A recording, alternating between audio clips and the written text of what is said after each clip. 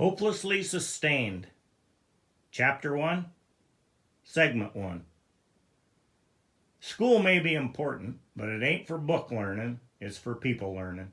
That's what Robbie said, and I believe him. Robbie's a renegade, there isn't any other way to say it, but he had a big heart, and he's my friend. It's something about friends, isn't it? You don't agree with everything they do, but you agree with a lot, or they wouldn't be your friend. Oh man, that makes me mad. Not the truth of the statement, I like that, but it makes me mad that I said it. See, before Mr. Johnson's English class, I wouldn't have talked like that. I just wouldn't. I think he messed with my head. Oh yeah, and I met Robbie in Mr. Johnson's English class.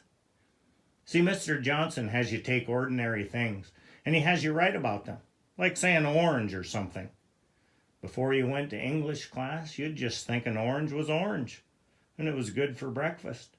But that isn't going to cut it for him, and you won't get a passing grade, no sir. You have to be descriptive. So you listen to his BS, and you want a passing grade. And even if you don't want to, you start writing.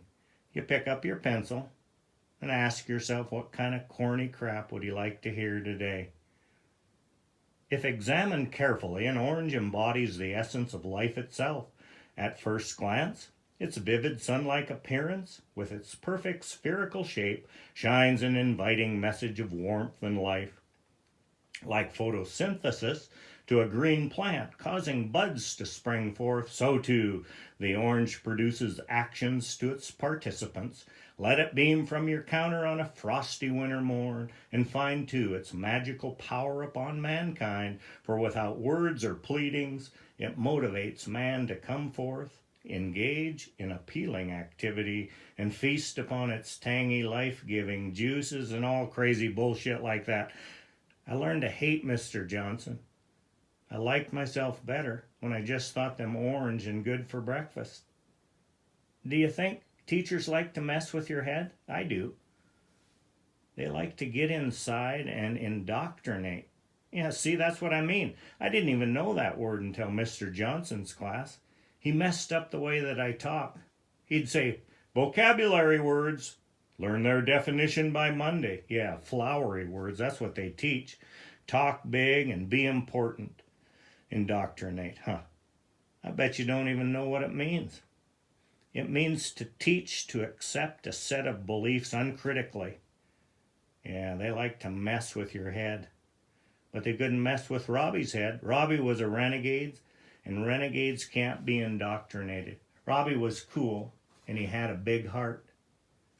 It was about the second week of school, and old man Johnson had each of us write a paper on the deep meaning of this wild hippie poster that he had hanging on his wall. Now, you probably don't remember it, but it was this colorful hand making the peace sign with all colorful flowers on the hand and words like love and happiness and peace written all over it. Yeah, it was a hippie poster, and it was fun to look at. Right now, I want to tell you that's the deep meaning of any poster. It's fun to look at. But old man Johnson wanted at least 1,000 words. You know, I wrote mine, but I can't remember what I wrote. But I can remember what Robbie wrote. See, we had to read them out loud in class. When it was his turn, Robbie walked to the front of the class. Oh, yeah. And he could have any girl he wanted. They all wanted to go out with him. Man, could he play basketball. He was quick and a pure shooter. And he was cool without even trying to be cool. But he wasn't a jock. He was a renegade that could play some good basketball. So it's his turn. He walks to the front. And you know how some guys get nervous and some guys act all important? He didn't do none of that. He just walks up, kind of like when two friends are talking in the bathroom and it ain't no big deal. And he just talked normal. And Robbie says, this poster hits the pulse of America. It's talking about peace, man, which is the opposite of war. Without saying war, it's talking about how messed up war is. They ship our boys to Vietnam and get my brother killed. He's gone, man, and that sucks. War sucks. This poster says fuck the war and fuck Johnson.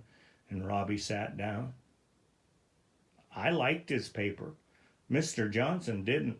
I don't think it helped since it ended with fuck Johnson, but I got an A and Robbie got an F. But his paper was better than mine. But see, that's what I mean. Teachers mess with your mind. Mr. Johnson indoctrinated me, but he couldn't do it to Robbie. And I saw his paper after it was graded, and it had this great big F in bold dark red pencil, and the F had been gone over about 100 times for effect. Robbie threw it in the waste paper basket after class, and I heard him talking to his friend Eddie, and Robbie said, "It's all good, it's all good." But I lifted it out of the garbage can when Mr. Johnson wasn't looking. I got it hanging on my bedroom wall if you want to see it.